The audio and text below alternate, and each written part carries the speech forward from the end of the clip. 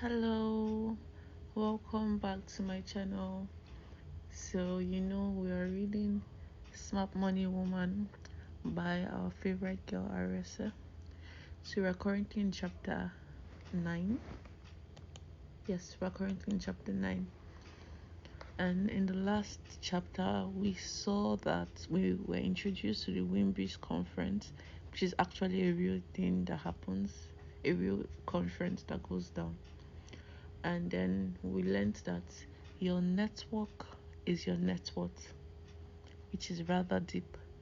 So yeah, please don't forget to subscribe. If you are listening and you have not subscribed, please take a minute to subscribe. Just click subscribe and like our videos. Thank you. And leave recommendations in the comment section if you have any. So let's get to the reading. Chapter 9. Life happens. The music played in Tishola's Range Rover was loud and raw.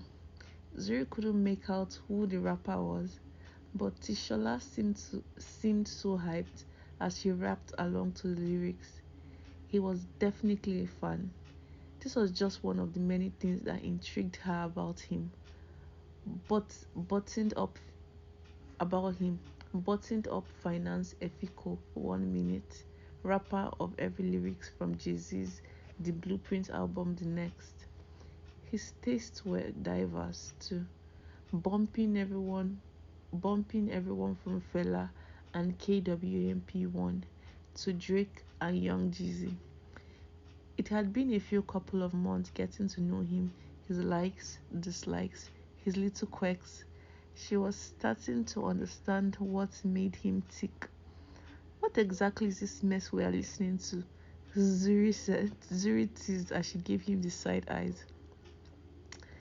You mean Uncle Akala, the Flow father, Tishola replied, looking amused. It's Akala, a conscious rapper from London. Oh, I said Akala. Akala, I guess. His music is the truth. That's what you say about all the music you listen to. No, seriously, this guy has amazing depth. You should Google some of his talks on social injustice and structural racism, Tishola said earnestly. Zuri smiled. Tishola was a man of deep passion, be it about his friendship, family, or even her. The way he introduced her to his friends and family made her blush, describing her to them in a way that made her recall about the kind of woman she aspired to be. It was as though he only saw the best version of her, and it inspired her to commit to becoming just that. The ringing from her phone interrupted her thoughts. It was her mother. She gestured at Tishola to turn down the volume as she picked up the phone. It's my mother. You know she won't stop calling until I answer. Tishola smiled and nodded knowingly. Hello, mommy. How are things? Zuri said. Fine, no, my daughter. We thank God. Zuri. Zuri said, they have almost finished all the work on the house. It's just the painting that remains. Then I can finally leave Auntie Uwa's house and move back home. I'm so happy to hear that, Mama. She and her siblings had been contributing money in the last few months to help the repairs to help the repairs the part of the house that got damaged in the fire. It had been tight, but she was glad to be able to help her mom. It gave her a sense of fulfillment. How is Ladum coping today? Today is a funeral, Abi. Zuri's mother queried. My friend Iyabo was telling me that there's been fighting in the family, quarrel over money and all sorts since the Baba died.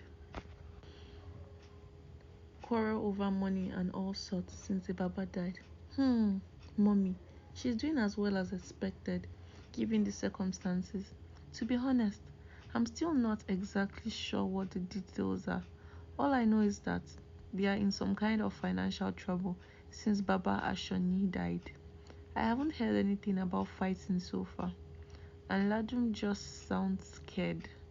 It's been difficult to talk to her because There has just been so much going on in their house. It must still be a shock. Death brings out the ugliness in people, especially when money is concerned. You must advise her to shine her eyes, oh, Zuri's mother warned. I remember when your father died, I saw a side of his family I had never seen before. I remember. Even though she had been a teenager, the bitter memory of the way her father's brothers had come to her house right after his death and ransacked his study for property documents lingered with Zuri. I was still in mourning when your uncles tried to throw us out of the house. They even accused me of killing their brother. If not for Auntie Uwa, I'm not sure what I would have done. Can you imagine? All because of money.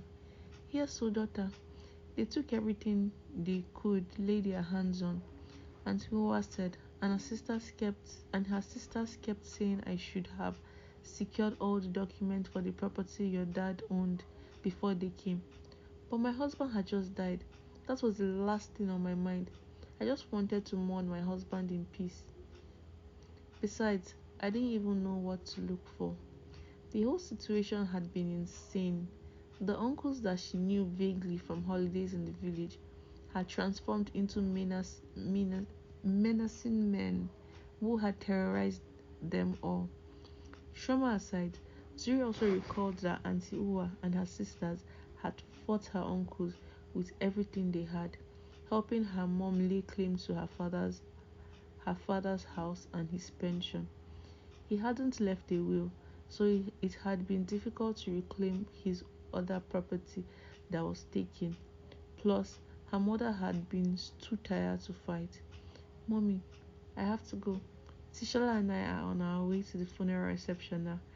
Ah, greet Tishola for me, oh. A very pleased voice practically sang back at Zuri. Her mom loved Tishola. Mommy sent her love, Zuri said as she rolled her eyes. She knew what was coming next. Ever since her mother got wind of her relationship with Tishola, the frequency of her phone calls had increased.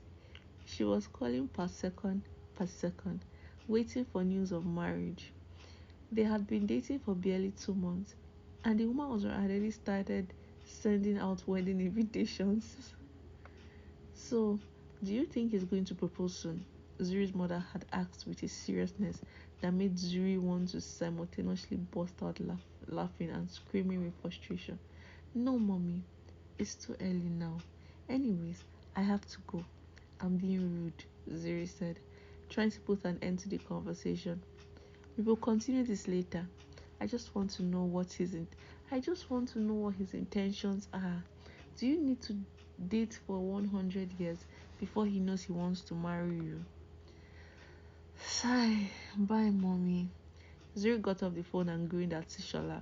What's too early? Tishola asked.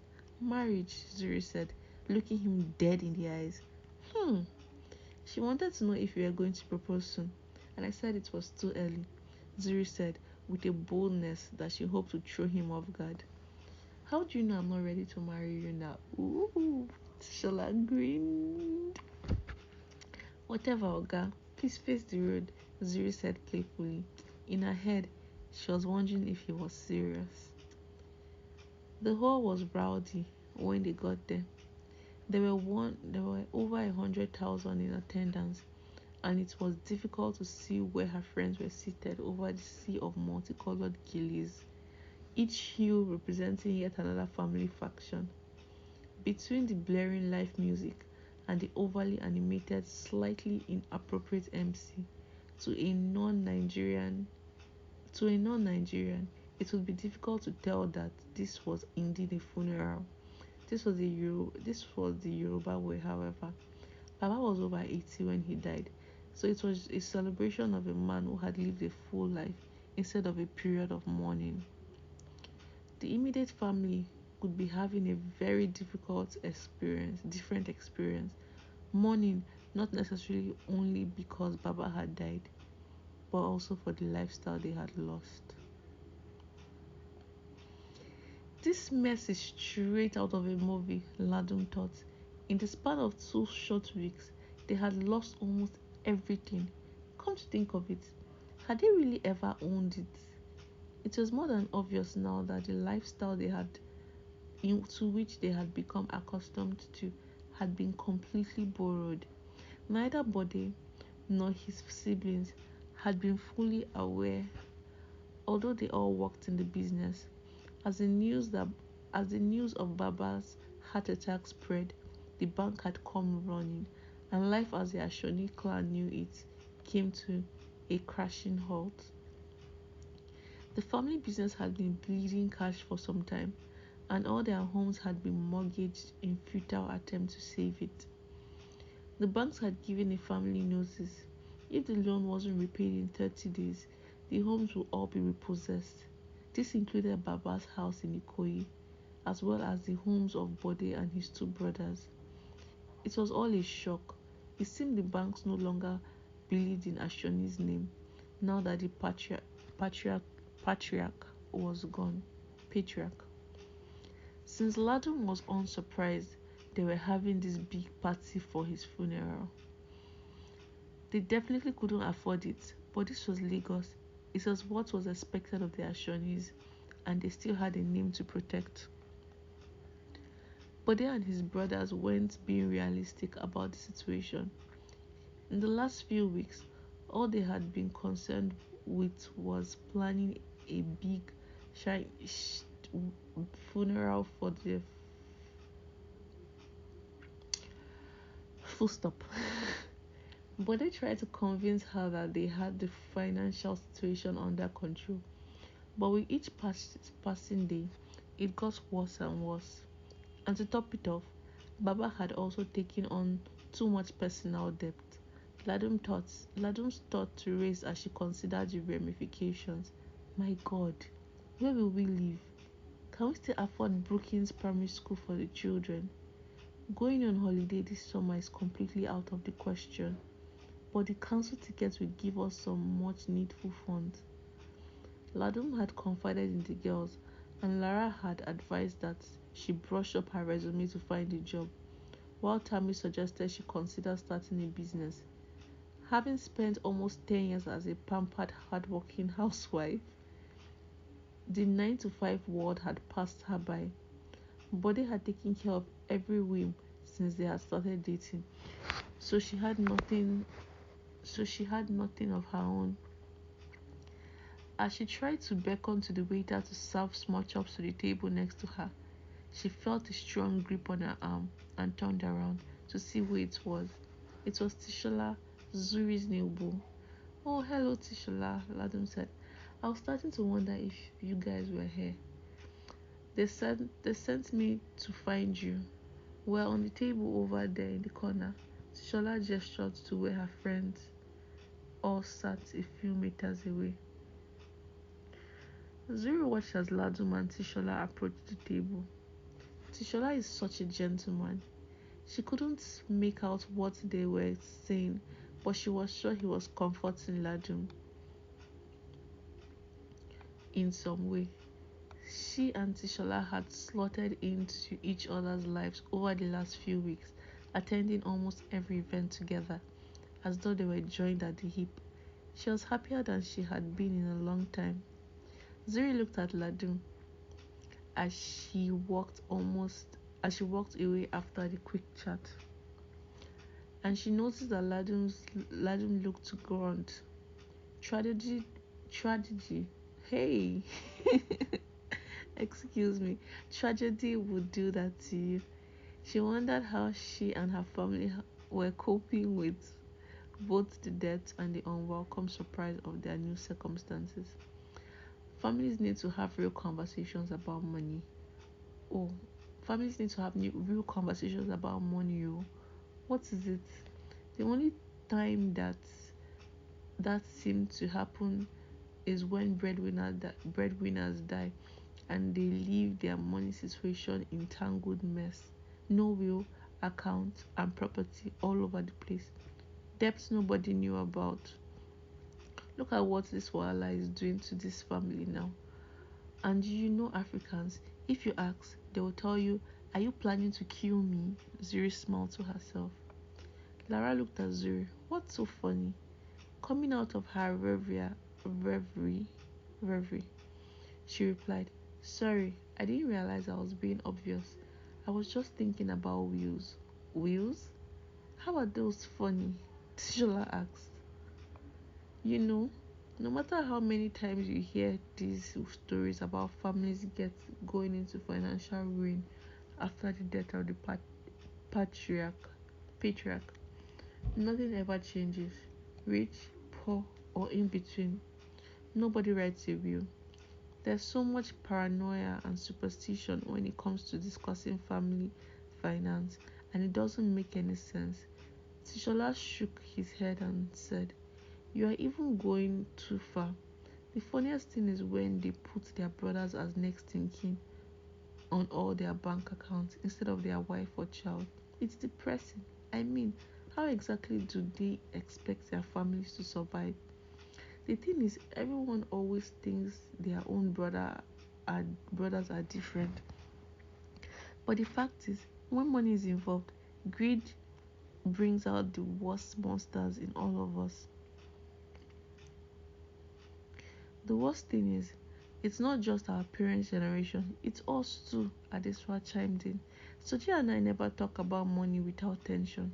At first, it was normal because that's how I grew up as well. My parents never really discussed money with us or with each other. But now with everything that's going on, I realize it's something we should have discussed even before we got married. The last fight was so bad, I haven't seen him in 2 days. Zuri and Lara exchanged concerned looks. What's going on with Soji now? Lara asked. Adeswa sighed heavily. In the last couple of weeks, he's been withdrawing unusually large amounts of money from our joint account every time. Every time I try to ask, it turns into a huge fight. He'll say I have no respect and that I only have the guts to question him because his business are not doing well and I'm making more money.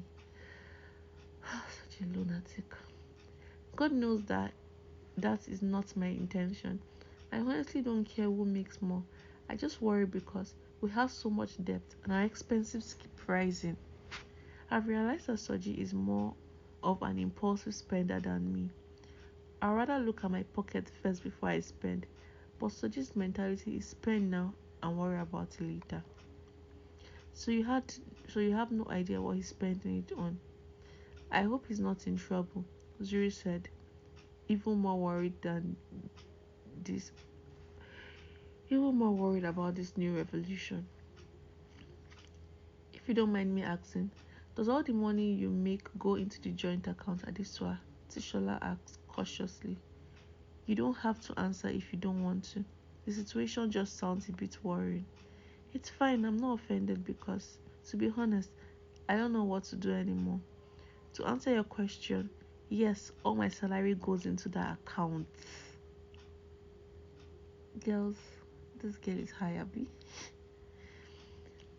I don't even know what to think anymore. Sometimes I think maybe he's in some kind of trouble and doesn't know how to tell me, which is why he's being so defensive. Other times I think it's another woman. But he can't be that stupid.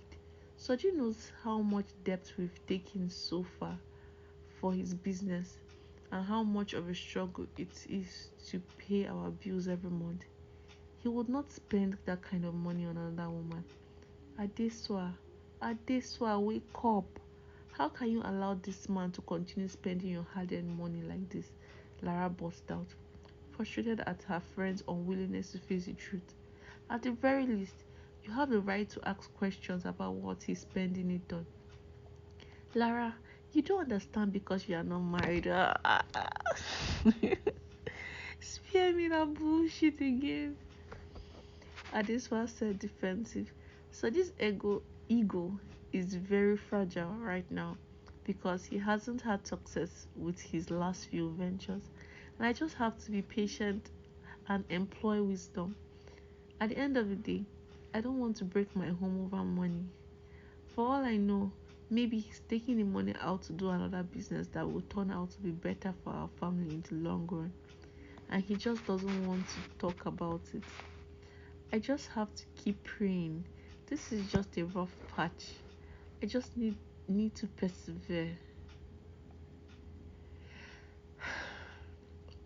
Lara looked like she was about to explode again, but Zuri clasped her hand tightly underneath the table to hold her back. Clearly, Adesua was still in denial, but there was nothing they were going to do or say that would change her mind. Sishola pushed back gently. I completely understand where you're coming from, Adesua, but can I suggest something? Open another account and start putting some of your salary in it. I don't think it's healthy for a couple with two different ideas about money to have a joint account for everything. Hmm. Something that worked for a lot of married friends is having separate individual accounts, but having a joint account for expenses that have to do with the household and an agreed percentage that each party contributes from their earnings. It's just easier that way. For a moment, Adeswa's pride resisted the idea, then she crumbled. I wish I had done that from the start, but it would be so much easier to implement. When it would have been so much easier to implement. But now, I don't know, she said in despair. Oh, Adeswa. Tisk. It was almost 9 p.m. as Adeswa drove home from the funeral. She still hadn't heard from Soji all day. Until now, she still hadn't been able to reach him. She had hoped that he would surprise her and show up to support Ladum and Bode at the funeral, but this wasn't the first time he had let her down. Her phone rang. Hello, Soji. No, ma. This na Friday. The security guard. Oh, she replied disappointed. Any problem? Madam, this will go soon finish and Oga no dey. I be wan remind you because e no go reach till tomorrow. Okay, thank you. She was tired of the incessant cost that seemed to constantly assault her. As she drove around trying to find the nearest ATM, she wondered where exactly Soji was. She had called all his friends and they had feigned ignorance as usual. She wished there was someone he feared or at least respected, someone she could call to talk some sense into him and encourage him to adjust his behavior. Soji resented his father for leaving his mother to start another family, and they had no meaningful relationship, so there was no point even bothering to go that route. His mother had clung to religion a little too tightly to help her through her trying times, and now wielded a twisted version like a club, beating Adeswa over the head with it and blaming her daughter-in-law for her son's failure. She will ask Adeswa about private matters that didn't concern her and insist that the Holy Spirit told her to ask.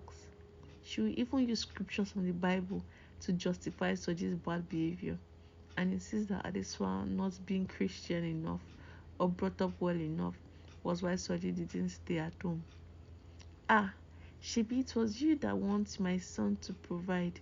He's out looking for money, so why are you complaining? Besides, you are a heathen. Besides, you are a heathen, Abi. And your marriage is not built on a strong foundation of Christ. That is why you are having all these problems, she would tell Adeswa. What?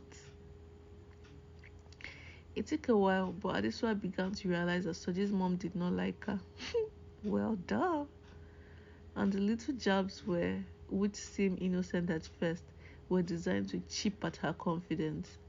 Sometimes, Adeswa was tempted to ask her mother-in-law a question that seemed obvious to everyone but her.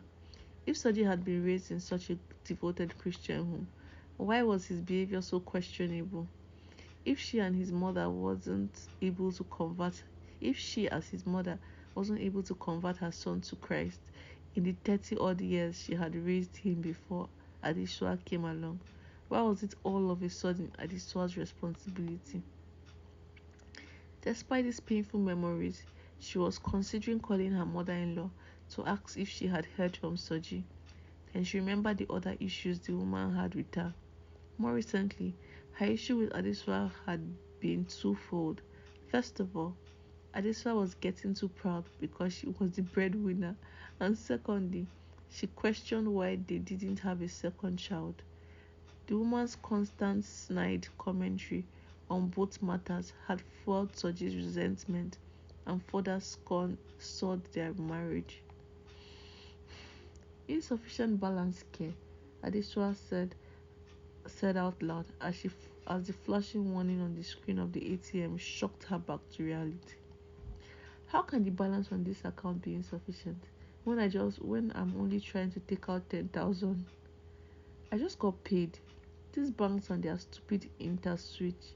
What is this nonsense now? Let me check my balance. 4 naira 83 kobo. She couldn't believe what her eyes were seeing. How? This must be some kind of mistake. Adeswa thought in panic. She dialed frantically, calling Soji again and again. No answer. No. He can't have done this to me. To us. No. She walked back to her car, tears streaming down her face as she wrestled with accepting the truth. Had Soji taken all our money and abandoned me with his debt? What will I do? Smart money lesson. The conversation about family finance must be had. In Africa, discussions of money and assets in a family in the context of what happens when the breadwinner dies are almost a taboo, and as a result, this leads to disputes within families when the inevitable happens. We need to have more conversations about estate planning and wills. In simple terms, how assets will be divided in case of death and who the beneficiaries are. Women need to start asking tough questions about life insurance, debt, deeds, brokerage accounts, trust, and in general, where financial records are kept, who are the next in kin, etc. In the event where the woman has no formal occupation and no income of her own, she is protected. It is better to be prepared beforehand than to wait for tragedy to occur before these discussions are had. In addition, when couples are coming together, money matters should be a well-considered part premarital counseling.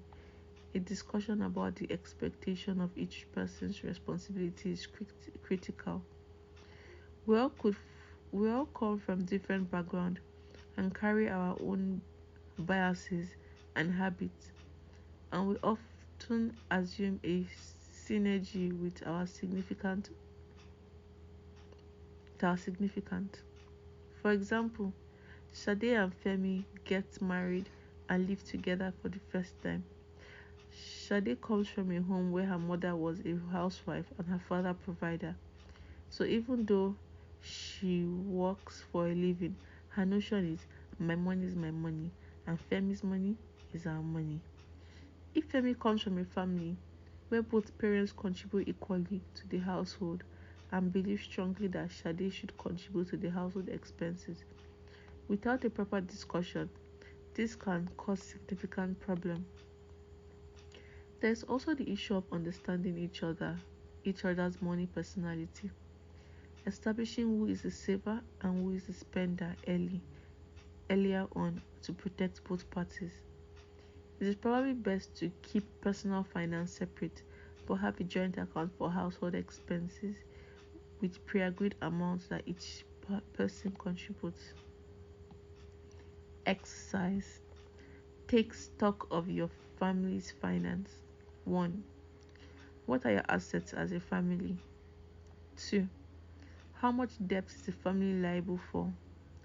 3. Is there a will or estate plan in place? 4. Please, before I continue, please subscribe to this channel. Thank you, and like our video. 4. Is there life insurance? 5. Who are the next of kin on record with bank accounts, emergency documents, etc.? 6. What is each family financial responsibility? And lastly, 7. What are common goals and expectations? Thank you for listening. Please like, and subscribe to our channel. Please. Thank you. So, we see in chapter 10.